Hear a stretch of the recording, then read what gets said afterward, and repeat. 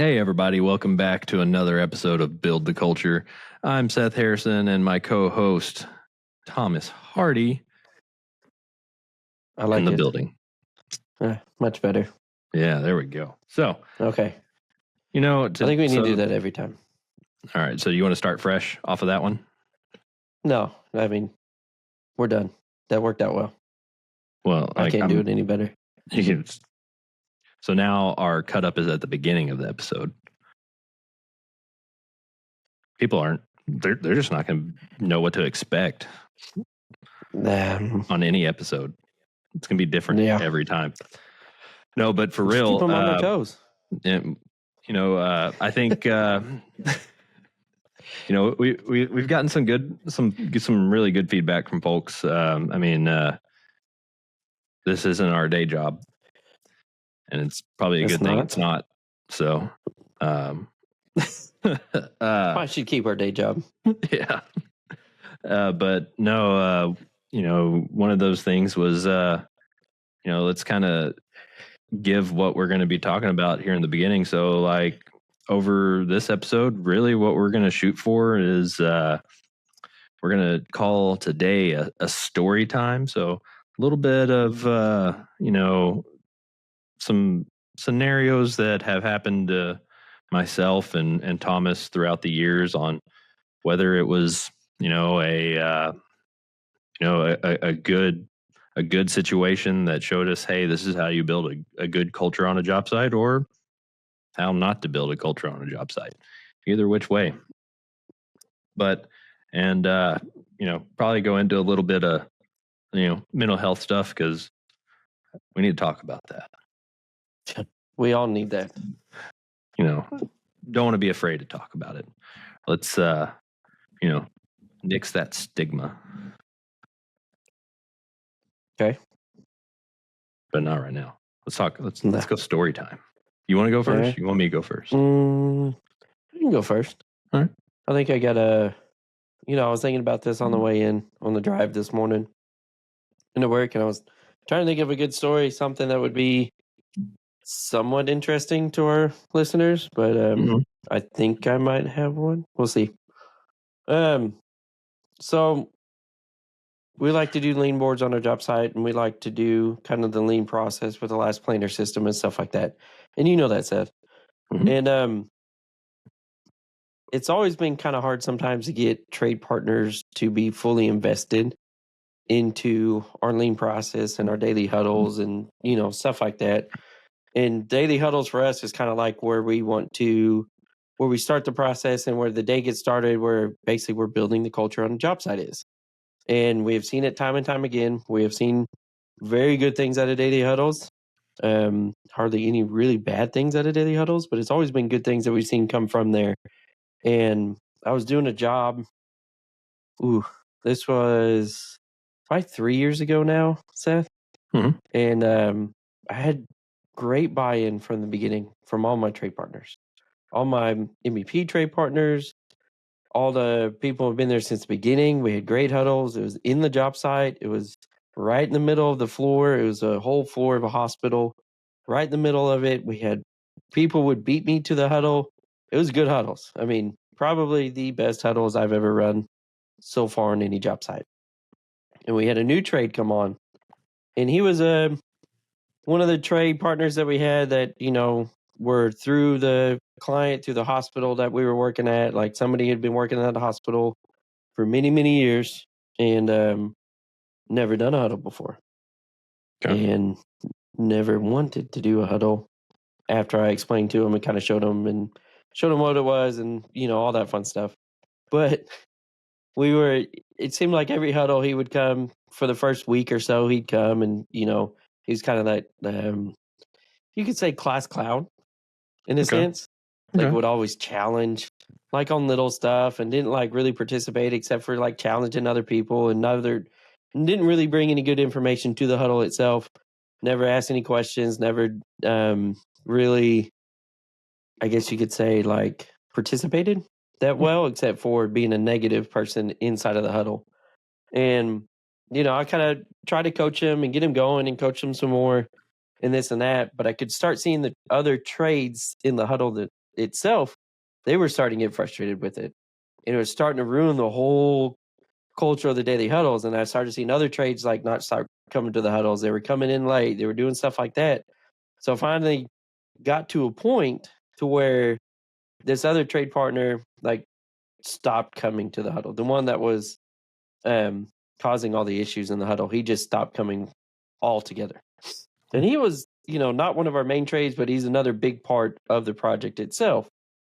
And we're doing all that stuff. And he got to a point where he would, right after the huddle, he knew when the huddle was, knew what time it ended because it starts on time, ends on time every day. He'd come straight to me right after the huddle and say, hey, the plumber's in the way. Hey, the sheetrocker's in the way. Hey, this guy's in my way. And I'm like, man, like, you got to come to the huddles. So we didn't fix those issues, but at the same time, I was like, hey, you got to start coming to the huddles, bring these issues up. Let's talk about it with everybody. Right. Well, that goes on for another week or so with that. And this was one of the moments that I knew huddles were really working. And I knew I was doing the right process with it. Because right after one of the huddles, it was, I can't remember what day of the week it was, but that doesn't really matter to this whole story. We have the huddle, we're doing all that. And my plumber, who has been one of my main trades since the beginning, he's been there basically for every huddle since day one. This trade partner goes over to my plumber right after the huddle and goes, hey, you have a med gas line in the way of me. Like, you're in my way. I can't continue my work. What I'm doing, I need you to move your med gas line. And I overheard that conversation. And then all of a sudden, the next thing I hear from my plumber is, well, you should have been in the fucking huddle, and walked off. And then he kind of turned and looked at me and gave me this little smirk.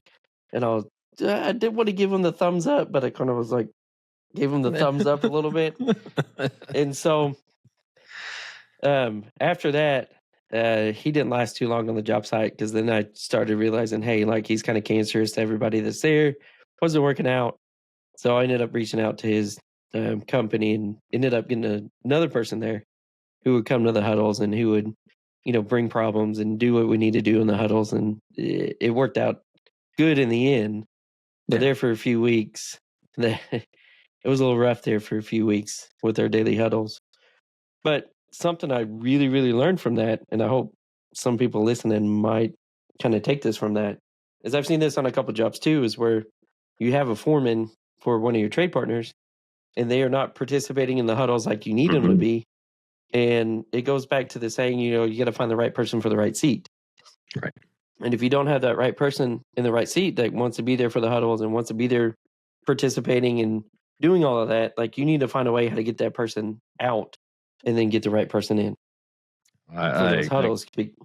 I agree with that 100%, man. Yeah. And it's tough. It's really tough to figure out, how long you try to give them that little bit of rope to hopefully they buy in, and figuring out, when's the right time to make that switch. That's the toughest part. It is a very tough call to make, and it's a very tough call internally to make in yourself as a superintendent, because that's a huge change. You're getting somebody new on the job site. It's a whole new thing like that. And you don't want to like go like tattletale to their company and be like, hey man, this guy's like doing this over here while you guys aren't looking. But right at the end of the day, like, I'm there to watch the entire job, not just, one little bitty part of the job. Like, it's the entirety of the whole thing. And everybody's got to work together. And I've seen it on several jobs. And the kind of lesson that I've learned with that is, for me, myself, is to be able to like make that decision faster. Like, I should have made that decision when he stopped coming to the huddles and not participating and coming to me afterwards, instead of waiting that long to where now one of my trade partners who's been with us since day one on the project is like, making comments like that. So, and it's a tough thing to do, but what I've learned is just do it sooner. Yeah. And Seth, I think you were on one of the jobs with me where we had another trade partner that was that way. Oh yeah. California. Was it California? It was California. Oh, that was his nickname. Yeah, California. I forgot his nickname. But that was another situation to where it was kind of the same deal. And I came into that project his 3/4 name of the way through. Yeah. Same. Yeah, you can. We both got there at the same time, pretty much. Yeah, you can say his name. We can cuss on here. It's not like we're gonna get fined by the I'm not gonna FCC or whatever it is. No, I'm not gonna name drop nobody. I ain't gonna do that. No, not his real name. Oh, his nickname. Oh, California. Not California. Yeah. The other one. Which other one? Okay, never mind. I guess you don't know about the other one. There's not a good one. There's another nickname. Yeah. Hey, do you want to get our first special guest? Oh, who we got? Oh, he said no. But it's. You want to say something for the people? Sure. Is that David? Yeah, it's David. Here comes David. Hey, Seth. What's happening, David?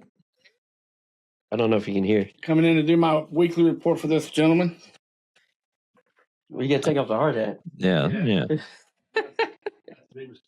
We didn't realize we were going to have our first special guest today. How are you, Seth? This is good, man. How are you? Good. Sweet. How's everything going? People need to see you.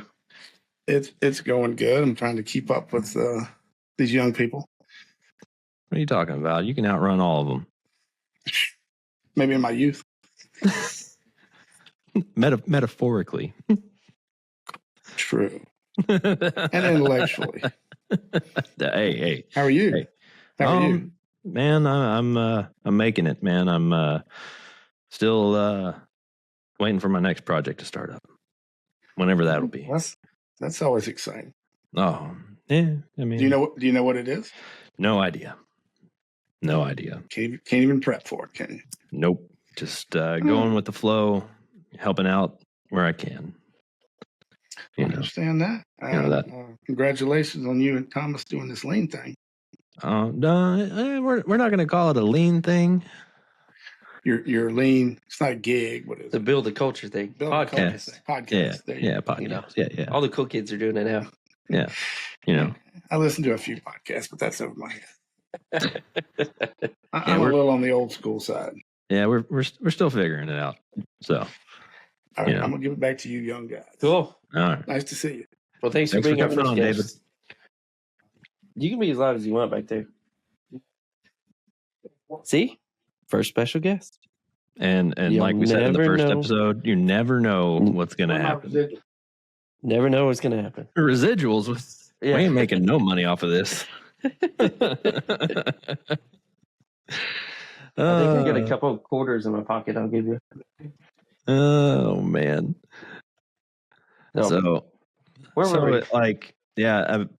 Identifying, that person that's not being a team player sooner is key in either, working with them and trying to remedy it. But as soon as you see that's not going to work, you got to make that change. Yeah. Got to make that change. I totally forgot what story we were talking about. We were talking about your story.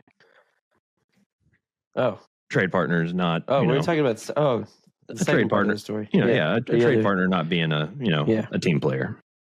Yeah. So, but it's a little bit tougher than that. What? No. What's tougher than that? Tell me. Whenever you have a senior superintendent that's not being a team player. I feel like your own you might have a story about that one. I might. So having a quote unquote teammate that's not being a team player, it's a rough one. That is. It sounds tough. So tell us more. So this one, it was like 2019. And so right before COVID, this job went right into the middle of COVID, right when it hit. And, everything started out good. We were, we were melding pretty well. and just out of nowhere one day, man, we were in our huddle and he was late to it. You could tell he was never really bought into lean. But I mean, he could get a building. He could get a building out of the ground. Okay. There was no issue with that. But so he was a good builder. He was good. He was a good builder. But man, he came into the huddle out of nowhere and just started yelling at our earthwork guy. And then he started yelling at me in front of him. And as soon as it was over, I took it. I'm fine with an ass chewing. I can take an ass chewing. But what pissed me off was he did it in front of the trade partners. Yeah. That pissed me off. So went outside and I was like, look, I don't know where the fuck that came from. But let's do this. Do me a favor. Do me a solid here. And if you're going to chew my ass, let's do it behind closed doors, not in front of the trade partners. Hopefully not literally, but metaphorically. Metaphorically? Yeah, metaphorically. Chew my. Okay. Just making sure. Just making sure we're talking about the same thing here. So from there, things were going fairly smooth, and then it turned into we were having our huddles and plans. The plan's made, right? Everybody knows what they're doing, going to do it. And then we'd go out in the field, and then he would just go out there and completely change the plan. Because he wasn't in the huddle. Well, I mean, he would show up to the huddles late, but he would show up to the huddles. But he would go out there and completely change the plan. And so now we have out-of-sequence work taking place. Mm-hmm. And then I would overrule it, or try to at least. And then I'd get my ass chewed. But we're all in there together, collaborating and making a plan, and he would just go change it. And then it gets even better. Oh, I thought that was the good part. No. It gets better. I'm going to lean in for this one. So he would come in, and I don't know where this mentality comes from, because he would just be like, man, this is going too easy. Okay, I'm going to go see who I can piss off. You just go out there and just pick fights for no fucking reason. Just trade partners? Yeah, just trade partners. He'd go. Was it the foreman or was it just anybody? It would be foreman. It would be apprentices, freaking journeymen, whoever. Just go piss them off. Okay. Just to boost his ego or whatever the hell he wanted out of it. I don't know. Someone give us a comment on why the hell someone would want to do that. Help me understand, because I don't get it. Please do. I don't either. So this whole time, it's just a constant state of what's going to happen today. Like, it got to the point I didn't want to fucking show up to work, man. That's terrible. Everything was just going to go to shit. And I'm sure you weren't the only one who didn't want to come to work. If he's out there just yelling at everybody and just don't even know what mood or he's going to be in, or what attitude, or they say the wrong thing, or step on the ladder the wrong way, or just look at him the wrong way, they're just going to get yelled at. I mean, we probably all had that as when we were kids. So with your parents. But I mean, I wouldn't want to show up to work with somebody like that. So I'm gonna go a little personal here too. Ooh, so I'm going deep. Yeah, I'm going deep, man. So for those that don't know, my wife also works with Skyles Group. She's in the accounting. Huh? What? News to me. Whoa. So she's in accounting, but before that happened, she was kind of like a field administrator, kind of role. And on this project, she was a field administrator. So she, in her trailer, she'd be the first person that you saw whenever you walked into the trailer. Right. And, man, like, I don't know where this dude gets off, but he would walk in and literally tell my wife, man, you look rough today. Like little snarky, shitty comments like that. Mm. And no matter what you would say to him, nothing would change. Huh. Nothing would change. And then how do you go about that? How do you go and fix that culture in the middle of that project? I don't know if you can.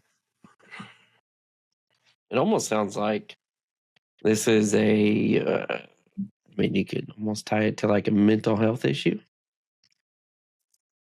Maybe. Could you? Could be, sociopathic, a little, I don't know, bit of bipolar in there. Little power trip, little Power God trip. complex. Something. And I know everybody. I especially don't. I don't like working with people like that No. because anything you say or do is wrong. Yeah. Oh yeah. And everything that they do is right, and it's 90% of the time. It usually means they're not right. Oh, and then even if you tried to, even if what you were doing was, the right thing, really, and you tried to spin it to make it, how you need to make it their idea, right, for them to kind of go along with it, right? Because otherwise, they're going to go against it. One of those people. Well, even if you did that, that'd backfire on you. Yeah, it's just not fun. Work's supposed to be fun. Construction's supposed to be fun. Oh yeah, man. That's the way I see it. That's the way you see it. Hopefully, the way other people see it. Maybe his fun was just making people fucking miserable. And that is I didn't think about it that way. Maybe that's what his fun was. Makes him feel better about himself. I don't know. That's not my sort of fun. But, I mean, everybody wants to come to work and have fun. Nobody wants to come to work and be belittled and make feel small and taken back to high school bullying at the lunch table. Yeah. People stealing money. I mean, sorry, I went down a path there. But I like that. That job right there, whenever I think about why we've started this, it was that project right there for me. For you? Okay. Yeah. Hopefully this gets out to somebody that maybe not necessarily that far down that path, but sees this and can go, you know what, there is a different way. I mean, I hope so too. That's what I hope for. Man, we went deep. We weren't supposed to do that. This was supposed to be light and funny. Oh, it's always going to be light, man. Again. Woo! David knows what I'm talking about. He didn't hear any of it. He left. I know, but he knows what I'm talking about. I'm sure he does. I think I know who you're talking about too. But we can talk about that later. No, yeah. So yeah, but let's jump into mental health a little bit. Like, what do you do, Thomas? Like, what do you do to keep yourself, going in the right direction? Well, I mean, it used to. I used to go to the gym. That was many, many moons ago. So now it's kind of more. I got 2 little girls at home. Okay. I got a wife. I got 2 little girls. As soon as I get home, it's dad mode. It's fun time. It's playtime. It's just hanging out with them. And then what I've done is turned off all my notifications on emails in Procore.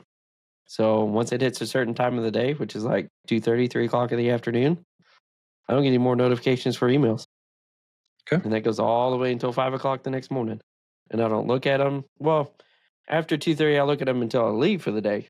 But once I leave for the day, I don't look at emails. I don't deal with it. I don't work when I leave. I might do stuff in the mornings, like wake up a little bit earlier and go to work and do stuff then.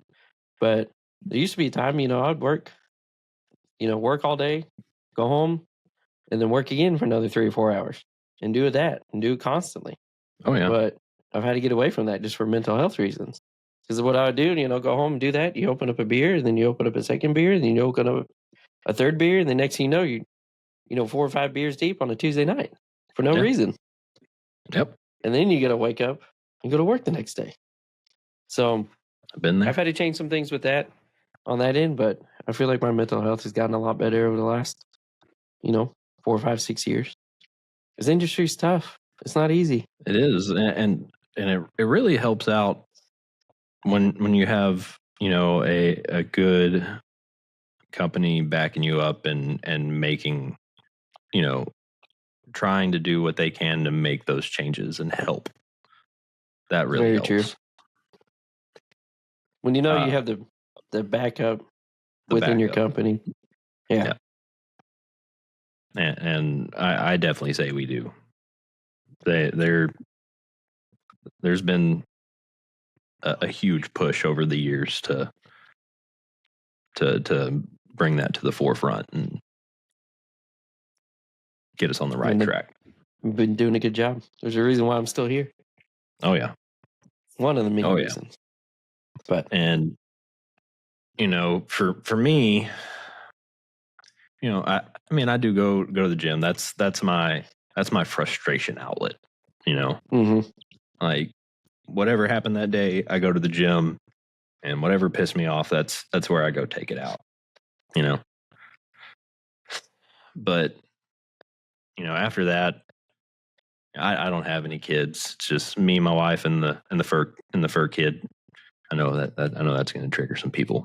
My fur child. It's still a child. Little fur baby. People.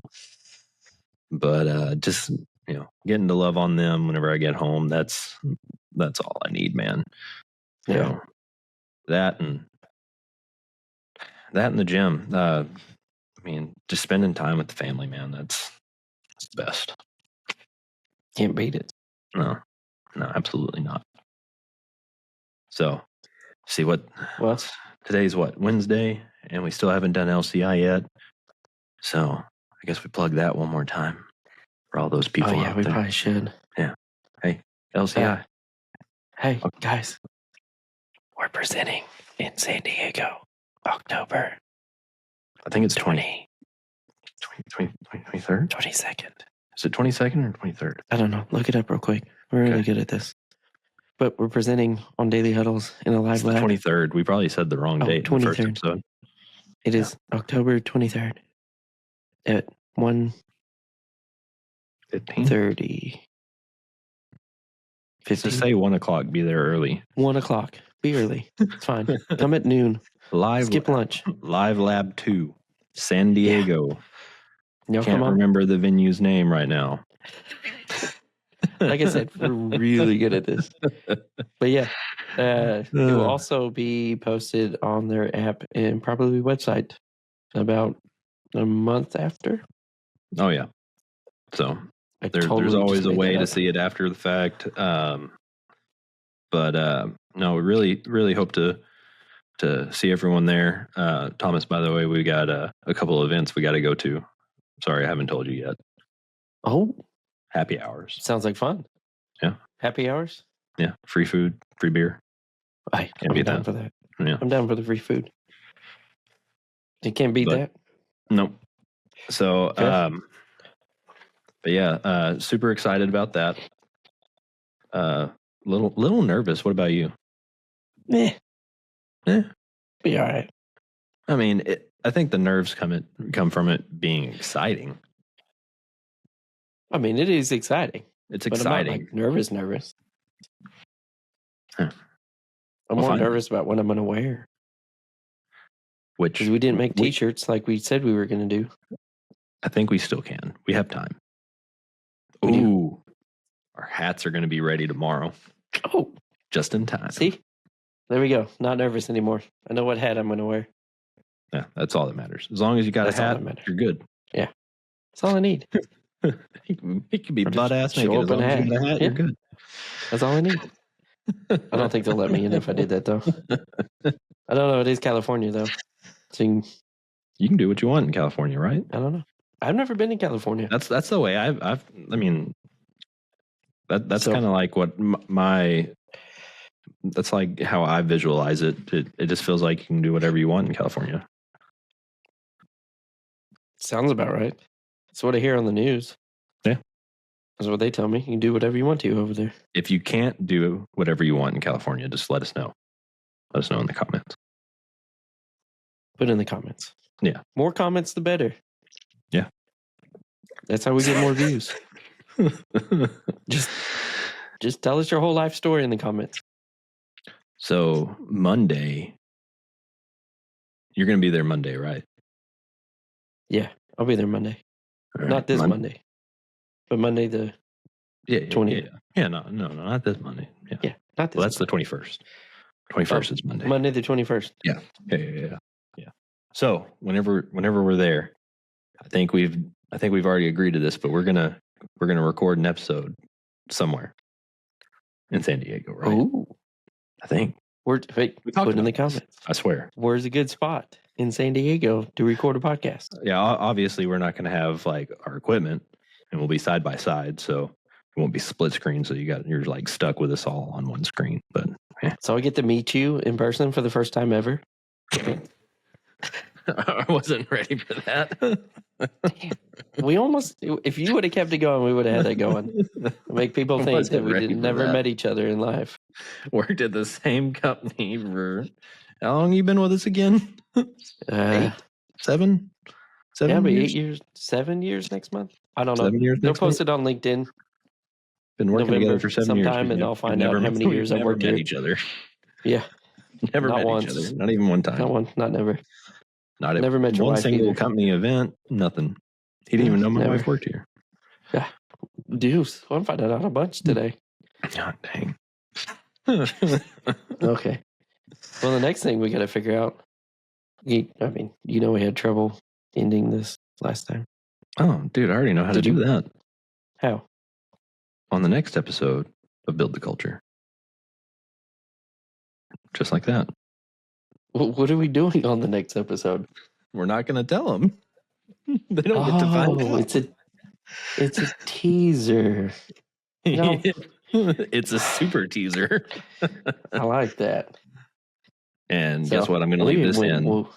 Way long on this episode. And now I'm really going to end it here. Yeah, we need to end it so people will actually listen to us. All right, hey, so guys, on the next episode of Build the Culture,